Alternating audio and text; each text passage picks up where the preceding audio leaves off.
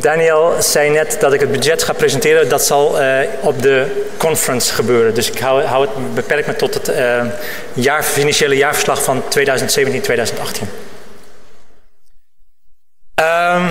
Laten we maar met het goede beginnen. We hebben het jaar... Commençons par la bonne nouvelle, pardon. Nous avons clôturé l'année avec un résultat positif de 4 000 euros, 4 420 euros pour être précis.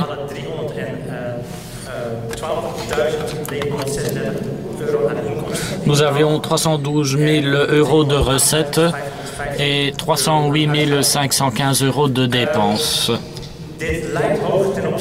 Ça peut paraître beaucoup par rapport au budget qui vous a été présenté il y a assez longtemps, il y a 1 an et demi ou 2 ans.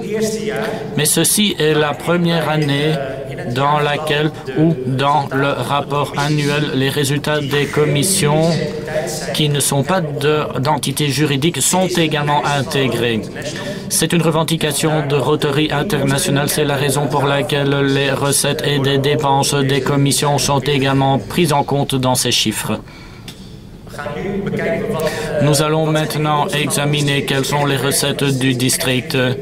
Le fonctionnement du district, il y avait 197 200 euros qui étaient budgétisés en tant que revenus et nous sommes arrivés à 193 296 euros en tant que recettes. La différence se situe au niveau des membres que nous avons perdus au niveau du district. Nous avons tenu compte d'une augmentation de 65 membres en plus que ce qui a effectivement été réalisé. C'est ce qui explique la différence. Les recettes financières sont également un petit peu moins élevées, mais compte tenu de la relation entre le nombre de membres, les cotisations des districts, on peut dire que c'est un impact négligeable. On avait tenu compte de 100 euros de revenus en termes de rente. Voilà donc l'aperçu des dépenses.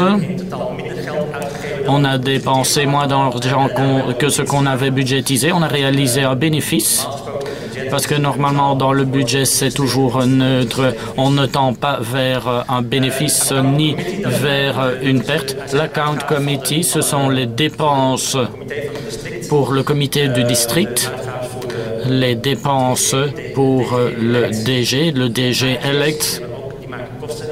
Ceux-ci font également des frais. Ils sont un petit peu plus élevés que ce qui était budgétisé. Nous sommes arrivés à 33 000 euros et quelques, alors qu'on avait budgétisé 31 000. Séminaires et meetings, les séminaires et les réunions, ce sont les coûts encourus pour les événements comme celui-ci, mais également le Rotary Foundation, les PETS, le séminaire PR et également les conférences. Là, les coûts étaient moins élevés. Les comités Social Actions, c'est un montant assez élevé. La principale part du gâteau est prise par les scholarships et également les cotisations pour les comités et également les comités qu'on abordera tout à l'heure. Là, le chiffre s'élève à 86 000 euros et on avait budgétisé 71 200 euros. Il y a donc un net dépassement et c'est compensé par les séminaires et les réunions qui sont moins élevés. Les autres coûts, ce sont les assurances que nous avons conclues pour les districts, également l'assurance RC pour les clubs. Lorsque des événements sont organisés, eh bien, on a respecté le montant qu'on avait estimé pour l'année 2017-2018. Pour les prochaines années, il y a également les coûts pour le redistrict.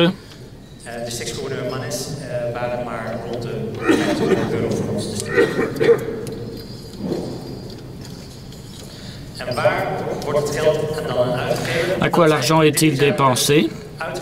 Ceci sont les dépenses. Plus de 5 000 euros.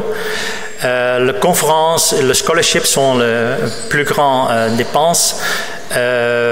Scholarships 50 000. C'est pour, je pense, 7 ou 8 étudiants qui font une étude à Hors de Belgique. Conférence ADG, c'est 12 000, parce que nous avons avec 96 clubs de Assembly, c'est un grand séminaire, autre séminaire. Nous avons fait une donne à la chapelle musicale Reine Elisabeth de 10 000. Mais c'est aussi une partie